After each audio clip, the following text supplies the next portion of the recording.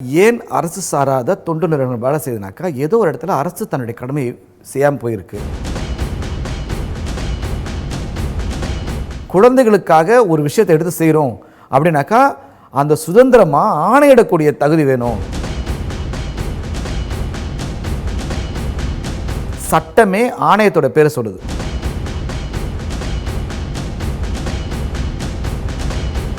எப்படி இந்த கல்வி உரிமை சட்டம் நடைமுறைப்படுத்தப்படுகிறது என்பதை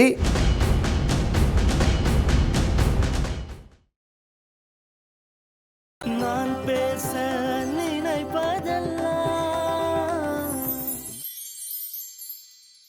நேயர்களுக்கு வணக்கம். தீபிகா தமிழ் பாட்காஸ்ட் நான் பேச நினைப்பதெல்லாம். குழந்தைகளுக்கு எதிராக நடந்தேறிக் கொண்டிருக்கக்கூடிய வன்முறைகளுக்கும் சில பாலியல் தொந்தரவுகளுக்கும் தொடர்ந்து எதை நோக்கி நமது தீர்வுகள் இருக்க வேண்டும் என்கின்ற இந்த பதிவுகளிலே சமூகத்தினுடைய அழுத்தத்தின் எதிரொலியாக சமூக பதிவு. இந்த பதிவிலே நம்மிடையே கலந்துரையாட வந்திருப்பவர் 10 ஆண்டு காலமாக இந்த அமைப்பிலே இருந்து செயல்பட்டு கொண்டிருக்கிறார். மிகவும் குறிப்பாக குழந்தைகளுக்கான மேம்பாட்டு நிறுவனம், அதாவது என்ஜிஓன்னு சொல்லக்கூடிய இந்த அமைப்பில் குழந்தைகளுக்காகவே 25 ஆண்டு காலமாக தனது அனுபவங்களை கொண்ட ஒரு ஆளுமை. தமிழ்நாடு குழந்தை உரிமைகள் கண்காணிப்பகத்தினுடைய மாநில அமைப்பாளர் திரு ஆண்ட்ரூ சேசுராஜ் அவர்கள். வணக்கம் சார். வணக்கம் சார். இப்போ இந்த அமைப்பினுடைய பணி என்ன செய்து கொண்டிருக்கிறது? தமிழ்நாடு முழுக்க குழந்தைகளுக்காக நிறைய சமூக அமைப்புகள் வேலை செஞ்சிட்ருக்காங்க. கால அளவில் வேலை செஞ்சிட்ருக்காங்க. நிறைய மாற்றங்களை நிகழ்த்தி கொண்டிருக்கிறார்கள். இந்த மாற்றக்கூடிய இந்த மாற்றங்கள் அந்தந்த கிராமத்தில், அந்தந்த நகரங்களில், அந்தந்த மாவட்டங்களில் நிகழ்ந்துகிட்டு இருக்கு. அந்த அனுபவத்தை மற்றவங்களோட பகிர்ந்துக்கிறதுக்கும், அந்த அனுபவம் வெறும் கலரத்தில் மட்டும் இல்லாமல் பாலிசி சேஞ்சாக மாறணும், சட்டமாக மாறணும். அப்போ தான் இது மற்ற இடம் நடக்காமல் இருக்கும் அப்படின்ட்டு. அப்போ இந்த கல அனுபவத்தை ஒரு பாலிசியாக வரணுன்னாக்கா, ஒரு மாற்றமாக வரணுன்னாக்கா எல்லாம் ஒன்றா சேர்ந்து வேலை செய்யணும் அப்படின்னு ஒரு முடிவெடுத்து தான் இந்த அமைப்புகள்லாம் ஒன்றா சேர்ந்து இந்த ஒரு தமிழ்நாடு குழந்தை உரிமைகள் கண்காணிப்பகம் அப்படின்ற ஒரு அமைப்பை உருவாக்கி, அது ஒரு ஜனநாயக ரீதியான அமைப்பு. இது தனி என்ஜிஓ கிடையாது. இது என்ஜிஓஸோட நெட்வொர்க். அரசாங்கத்தை சார்ந்ததில்லை, இது ஒரு தனி அமைப்பு. அரசாங்கத்துக்கு ஆலோசனைகளை வழங்கக்கூடிய, ஆலோசனை ஏதாவது கவர்மெண்ட் ஏதாவது ஆலோசனை வேணும்னா எங்களை கேட்கக்கூடிய. உதாரணத்துக்கு இப்போ சமீபத்தில் வந்த தமிழ்நாடு குழந்தைகளுக்கான மாநில கொள்கை, அது எங்களுடைய கருத்துக்களை வச்சுருந்தோம். எங்களுடைய கருத்துக்களை உள்வாங்கி தான் அந்த கொள்கையை கொண்டு வந்தாங்க.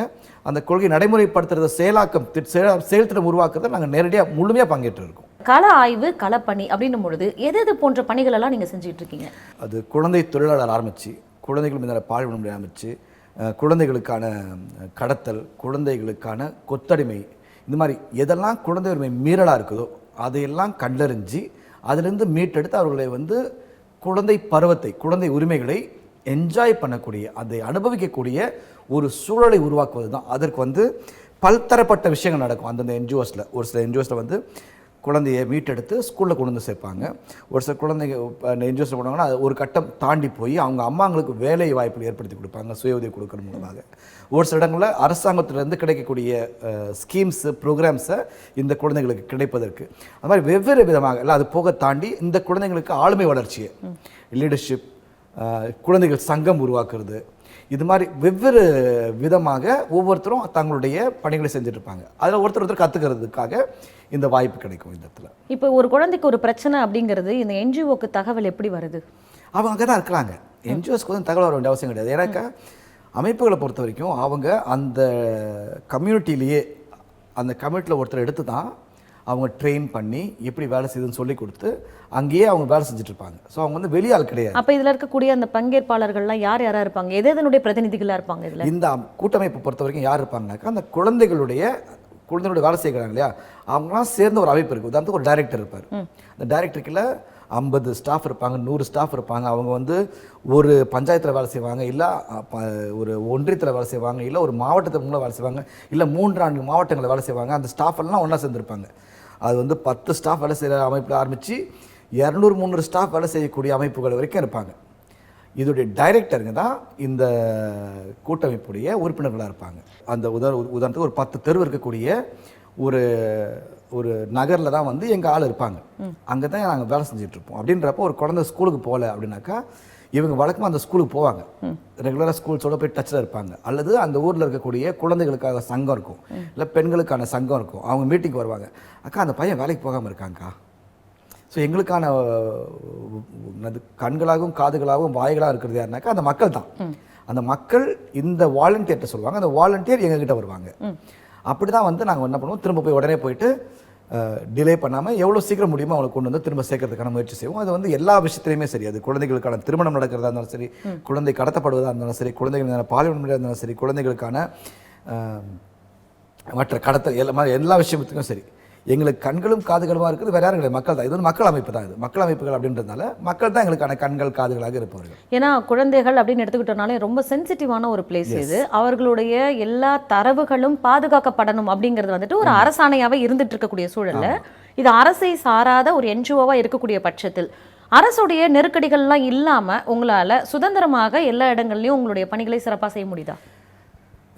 இது எப்பயுமே ஒரு மிக்ஸ் தான்.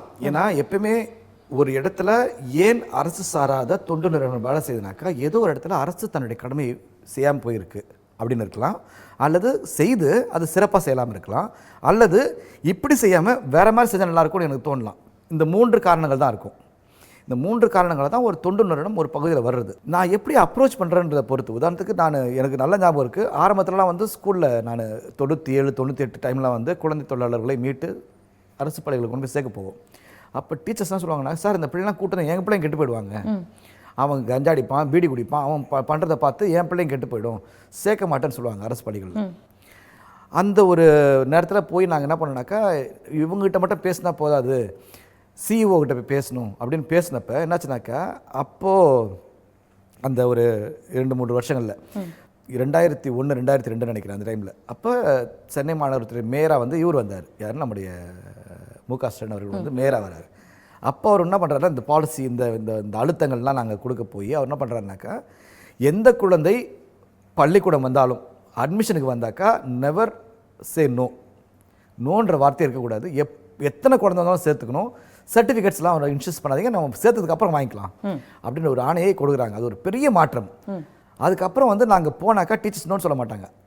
ஸோ அப்போ என்னன்னாக்கா, இதெல்லாம் வந்து கண்டினியூஸ் எஃபர்ட்ஸ், இது வந்து ஒரு நாள் நடக்கிற விஷயம் கிடையாது.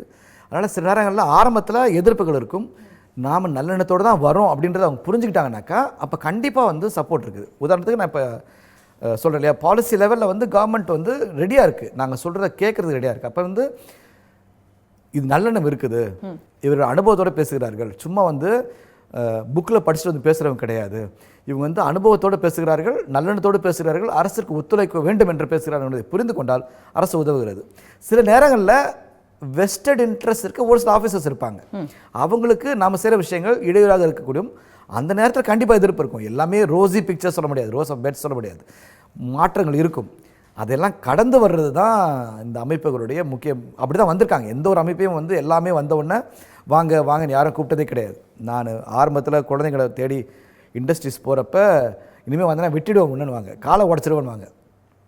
ஆனால் அதுக்கப்புறம் போலீஸு லேபர் டிபார்ட்மெண்ட் அழுத்தலாம் இருக்கிறதுனால இப்போ நாங்களாம் போனாக்கா பயப்படுவாங்க. இப்போ நீங்கள் வந்து குழந்தைகளோடு மிக நெருங்கி அதிகமாக பணி செய்யக்கூடிய அந்த இடத்துல இருக்கிறதுனால குழந்தைகள் ஆணையம் பற்றி உங்களுக்கு தெரிஞ்சிருக்கும் இல்லையா? அப்போ அந்த குழந்தை ஆணையத்தில் எத்தனை பேர் இதுக்காக பணி செய்கிறாங்க, மாவட்ட வாரியாக எத்தனை பேர் பணி செய்கிறாங்க, அவர்களுடைய பணியும் பொறுப்பும் என்ன? 1992 டிசம்பர் மாதம் 11 அன்னைக்கு நம்முடைய இந்திய அரசாங்கம் என்ன பண்ணாங்கனாக்கா, இந்த ஐநா குழந்தை உரிமைகள் மீதான உடன்படிக்கை, ஆங்கிலத்தில் united nations convention on the rights of the சைல்டுன்னு சொல்லுவாங்க, அந்த ஒரு உடன்படிக்கையில் இந்திய அரசாங்கம் கையெழுத்து போடுது.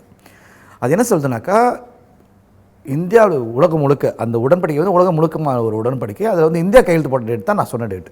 இந்த உடன்படிக்கையில் இந்தியா கையெழுத்து போடுறப்ப என்ன சொல்கிறாங்கனாக்கா, இந்த உடன்படிக்கையில் கொடுக்கப்பட்டிருக்கக்கூடிய அத்தனை உரிமைகளையும் என் நாட்டில் இருக்கக்கூடிய ஒரு குழந்தைக்கும் விடாமல் எந்த விதமான பாகுபாடும் இல்லாமல், ஏழை பணக்காரன் அந்த பின்னணி இந்த பின்னணி எதுவுமே கிடையாது, பாகுபாடற்ற தன்மைன்றது அதோடைய அடிப்படை. அந்த அடிப்படையில் ஒரு குழந்தைக்கும் எந்த உரிமையும் தடைப்படாமல் கிடைப்பதை நான் உறுதி செய்வேன்றது அந்த கையெழுத்து போடுறதுக்கான அர்த்தம். அப்போ அதில் இந்த உடன்படிக்கையில் 1லேருந்து 41 வரைக்கும் கூடிய விதிகள் வந்து என்னென்ன குழந்தைகளுக்கு உரிமைகள் இருக்குது, அரசு என்ன செய்யணும்லாம் கொடுத்துருக்கோம். அதுக்கப்புறம் 42லேருந்து 54 வரைக்கும் இருக்க விதிகளில் வந்து அதை நடைமுறைப்படுத்த, அதை கண்காணிக்க அரசாங்கங்கள் என்ன செய்யணும்னு இருக்கும். அதில் ஒன்று வந்து இது மாதிரி சுதந்திரமான அமைப்புகள், அரசாங்கம் குழந்தைகளுக்கு என்ன செய்யுது, என்ன திட்டங்கள் போடுது, இந்த நாட்டில் என்ன மாதிரி குழந்தை உரிமைகள் நடைமுறைப்படுத்தப்படுகிறது என்பதை கண்காணிப்பதற்காக ஒரு சுதந்திரமான எந்த விதமான கட்டுப்பாடும் இல்லாமல் ஒரு அமைப்பு இருக்கணும் அப்படின்றத முன்வைக்கிறாங்க அந்த உடன்படிக்கையில். அப்போ அதை நடைமுறைப்படுத்தணும்னாக்கா, உதாரணத்துக்கு 92 இந்திய அரசு கையெழுத்து போடுது, 2005 தான் இம்ப்ளிமெண்ட்டுக்கு வருது. இந்த கன்வென்ஷன் இல்லை, மற்ற விஷயங்கள்லாம் வருது, மற்ற விஷயம் செஞ்சுட்டே வராங்க. ஜேஜே ஆக்ட் வந்து 2000 வருது, இது மாதிரிலாம் வருது. ஆனால் இந்த ஆணையம் உருவாக்குறது வந்து 2005 தான். 2005 தான் தேசிய ஆணையம் அப்படின்றவன உருவாக்குறாங்க. தேசிய ஆணையம் உருவாக்குனதுக்கப்புறம் இந்தியா வந்து ஒன்றியம் மாநிலம் 2 விதமான அரசாங்கங்கள் இருக்கிற இடம்ன்றதுனால ஒன்றிய அளவில் வந்து அந்த NCPCR தேசிய குழந்தை உரிமைகள் பாதுகாப்பு ஆணையம்ன்றதை உருவாக்குறாங்க. மாநில அளவில் அதுக்கப்புறம் என்ன பண்ணுறாங்கனாக்கா, அது ஆரம்பித்ததுக்கப்புறம், ஏன்னா அந்த ஆக்ட்லேயே, அந்த ஆக்ட் பேரே வந்து commissions for protection of child rights அப்படின்றது அந்த ஆக்ட் பேர். அது வந்து ஸ்டேட் கமிஷன்ஸ், நேஷ்னல் கமிஷன் அப்படின்னு 2 விதமான விஷயங்கள் அது பேசுது. ஸோ இந்த கமிஷனை வந்து உருவாக்குறாங்க. அதுக்கப்புறம் ஸ்டேட் கமிஷனும் தமிழ்நாட்டில் உருவாகுது. உருவாகினதுக்கப்புறம் இப்போ இதுதான் நடைமுறை. அது யார் இருப்பா அப்படின்னு பார்த்தோன்னாக்கா, ஒரு சேர்பர்சன் இருப்பாங்க, ஒரு சேர்பர்சனும் 6 மெம்பர்ஸ் இருப்பாங்க. இதுதான் வந்து கான்ஸ்டிடியூஷன். அது யார் இருக்கணும் அப்படின்றது, அதில் யார் தலைவராக வரணும், யார் உறுப்பினர் வரணும் டிஃபைன் பண்ணியிருக்காங்க. வயசு ரொம்ப தெளிவாக சொல்லியிருக்காங்க. மற்ற கமிஷன்லாம் வந்து வயசு கிடையாது, நீங்கள் எவ்வளோ நம்ம எத்தனை வருஷம் வேணுமா இருக்கலாம். ஆனால் குழந்தை ஆணையத்தை பொறுத்த வரைக்கும் 60 வயசு வரைக்கும் தான் நீங்கள் மெம்பராக இருக்க முடியும். 65 வயசில் தான் வரைக்கும் தான் நீங்கள் வந்து சேர்பர்சனாக இருக்க முடியும். அந்த வயசு தாண்டிச்சுனாக்கா உங்களுக்கு இன்னும் டேர்ம் இருந்தால் கூட நீங்கள் வந்து கண்டினியூ பண்ண முடியாது, நீங்கள் விலகி தான் ஆகணும் அப்படின்னு. 3 வருஷம் டேர்ம். ஒரு தடவை வந்து அரசாங்கம் நோட்டிஃபை பண்ணுது அப்படின்னாக்கா, இன்னைக்கு இந்த டேட்டில் இருந்து 3 வருஷம் அவங்களுக்கு டேர்ம். அந்த 3 வருஷத்துக்குள்ள 65 வயசு முடியுது, இல்லை 60 வயசு முடியுதுனாக்கா, அந்த என்னைக்கு அவங்களுக்கு 60 வயசு முடியுதோ அன்றைக்கி அவங்க பதவியிலேருந்து தானாகவே இதாகிடுவாங்க, விலகிடுவாங்க. இதுதான் என்ன அவங்களுடைய பணி அப்படின்னாக்கா, உதாரணத்துக்கு ஒரு எல்லா ஆணையத்துக்கும் இதான் பொறுப்பும் கூட. ஒரு குற்றம் நடக்குது, ஒரு தவறு நடக்குதுனாக்கா நேராக ஆணையத்துக்கு போக மாட்டோம். எங்கே போவோம்? நம்ம உடனே போலீஸ் ஸ்டேஷனுக்கு தான் போவோம். போலீஸ்க்கோ இல்லை அரசு அமைப்புகள், தாசில்தார்கிட்ட போவோம் அல்லது கலெக்டர்கிட்ட போவோம். இப்போது இந்த மாதிரி நான் ஒரு இடத்துல போய் எனக்கான குறையை போய் நான் தீர்க்கறதுக்காக நான் போகிறேன். அப்படி போகிறப்ப எனக்கு அங்கே தீர்வு கிடைக்கல, இல்லை கிடைச்ச தீர்வு முழுமையானதாக இல்லை அப்படின்றப்ப முறையீடு தேட தான் வந்து கமிஷன். ஏன்னா எல்லாத்துக்கும் மெக்கானிசம் இருக்குது, நம்ம எல்லாத்துக்கும் போய் கமிஷன் நிற்கக்கூடாது. ஓகே, எல்லாத்துக்கும் வந்து எனக்கு வந்து ஒரு ஜாதி சான்றிதழ் வேணும்னாக்கா நான் எங்கே போய் நிற்கணும்னாக்கா தாசில்தார் ஆஃபீஸில் போய் நிற்கணும், கலெக்டர் ஆஃபீஸில் போய் நிற்கலாம். அடுத்து இவங்க 2 பேரும் எனக்குரிய செய்யலை அப்படின்னா தான், இவங்க செய்யலைன்னு சொல்லிட்டு நான் என்ன பண்ண முடியும், நான் போய் மேல்முறையீடு போய் நிற்க ஆணையங்கள். சரிங்களா?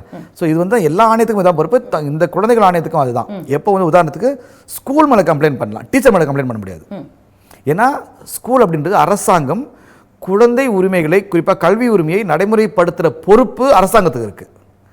அரசாங்கம் தன்னுடைய பொறுப்பை என்ன பண்ணுறாங்க, பள்ளிகளுக்கு கொடுக்குறாங்க. ஸோ பள்ளி கல்விக்கூடம் நடத்துறது யாருடைய பொறுப்புக்கு? யாருக்காக? அரசாங்கம் தன்னுடைய கடமையை நிறைவேற்றுவதற்கான ஒரு கரமாக தான் பள்ளிக்கூடங்களை பார்க்குது. அப்போ அந்த கல்வி நிறுவனங்களும் அரசாங்கத்துடைய கைகளும் கால்களும் தான். ஸோ அப்படின்றப்ப அங்கே எனக்கு வந்து தீர்வு கிடைக்கல அப்படின்னாக்கா, எனக்கு ஒரு பிரச்சனை இருக்குனாக்கா, அப்போ நான் இங்கே வரலாம். போலீஸ் ஸ்டேஷனுக்கு போகிறேன், எனக்கு தீர்வு கிடைக்குனாக்கா இங்கே வரலாம். ஸோ இது ஒரு மேல்முறையீட்டிற்கான இடம் தான். அந்த மாதிரி ஒன்று. 2வது வந்து சியோமோட்டோவா ஒரு விஷயம் நடக்குது, அதில் வந்து வெறும் குழந்தைக்கு மட்டும் பிரச்சனை கிடையாது, அங்கே ஏதோ சிஸ்டம் ஃபெயிலியர் ஆகிருக்கு. இதே மாதிரி மற்ற குழந்தைகளுக்கு நடக்காமல் இருக்கணும், அப்போ தான் ஆணையம் உள்ளே வர முடியும். ஒரு குழந்தைக்கு தப்பு நடந்திருக்கு அப்படின்னா மட்டும் வர முடியாது. அதாவது நம்மளே அணுகாம ஆணையமே முன் வந்து அந்த ஒரு பொதுவா மற்ற குழந்தைகளுக்கும் அது பாதிப்பு இருக்குங்கிற ஒரு சூழல். கரெக்ட். இந்த விஷயம் மற்ற குழந்தைகள் நடக்கக்கூடாது அப்படின்னாக்கா, இந்த சம்பவத்துல இருந்து என்ன படிப்பினையை எடுத்துக்கிட்டு மற்ற பள்ளிகளுக்கு ஒரு ஆர்டரா போட முடியும். அப்ப இனிமேல் நடக்கூடாது, இந்த விஷயம் நடந்திருக்கு, இந்த விஷயம் இந்த குழந்தைக்கு மட்டும் நியாயம் கிடைக்கிறது போதாது, இனி இது தொடர்ந்து நடக்கக்கூடாது, எல்லா குழந்தைகளும் அதுக்கு என்ன செய்யணும் அப்படின்றது தான் வந்து இந்த லேர்னிங்கா இருக்கு. மாவட்ட ரீதியாகவும் இதுக்கான அந்த கண்காணிப்பு ஆணையத்தில் இருக்காங்க, உறுப்பினர்கள் இருக்காங்க. கிடையாது, அப்படி வந்து சிஸ்டம் கிடையாது. மாநில அளவில் தான் இருக்குது, தேசிய அளவில் தான் இருக்குது. ஆனால் என்ன செய்வாங்கனாக்கா, நிர்வாக ரீதிக்காக என்ன பண்ணுவாங்கன்னா, இப்போ இந்த 6 மெம்பர் இருக்காங்க இல்லையா, அவங்க என்ன பண்ணிக்குவாங்கனாக்கா, இந்த 4 மாவட்டங்கள விஷயங்களை நான் பார்க்குறேன், போய் ஆய்வு செய்கிறது, போய் கண்காணிக்கிறது, போய் வழிநடத்துகிற விஷயங்கள் இந்த 4 மாவட்டம் நான், இந்த 4 மாவட்டம் நீங்கள், இந்த 4 மாவட்டம் நான், அவங்க எங்கேருந்து வராங்களோ அதை பொறுத்து என்ன பண்ணுவாங்கனாக்கா இப்படி பிரிச்சுக்குவாங்க. பட் இது வந்து மாவட்ட அமைப்பு கிடையாது, இது மாநில அமைப்பு தான். மாவட்ட அமைப்புன்றப்ப வேற ஒன்று இருக்குது. அது என்னன்னாக்கா, குழந்தை நல குழுமம், அது வந்து ஜேஜே ஆக்டிக்கில், juvenile justice care and protection of children 2015 ஆக்டிக்கில் எல்லா மாவட்டங்களும், இந்தியா முழுக்க எல்லா மாவட்டங்களையும் இருக்குது, தமிழ்நாட்டிலையும் எல்லா மாவட்டங்களையும் இருக்குது. சென்னையில் வந்து 3 இருக்குது. ஆக்சுவலாக அவங்களுக்கும் இது போல சுதந்திரங்கள் இருக்கு. அவங்களே கண்டிப்பாக அவங்க எப்படின்னாக்கா ஒரு மேஜிஸ்ட்ரேட் கோர்ட் இருக்கு இல்லையா, அந்த மேஜிஸ்ட்ரேட் கோர்ட்டுக்கு உரிய அதிகாரங்கள் அவங்களுக்கு உண்டு. இவங்க எல்லாருமே வந்து யாரும் அரசு அலுவலர்கள் கிடையாது. அவங்களுக்கும் 3 வருஷம் டேர்மு.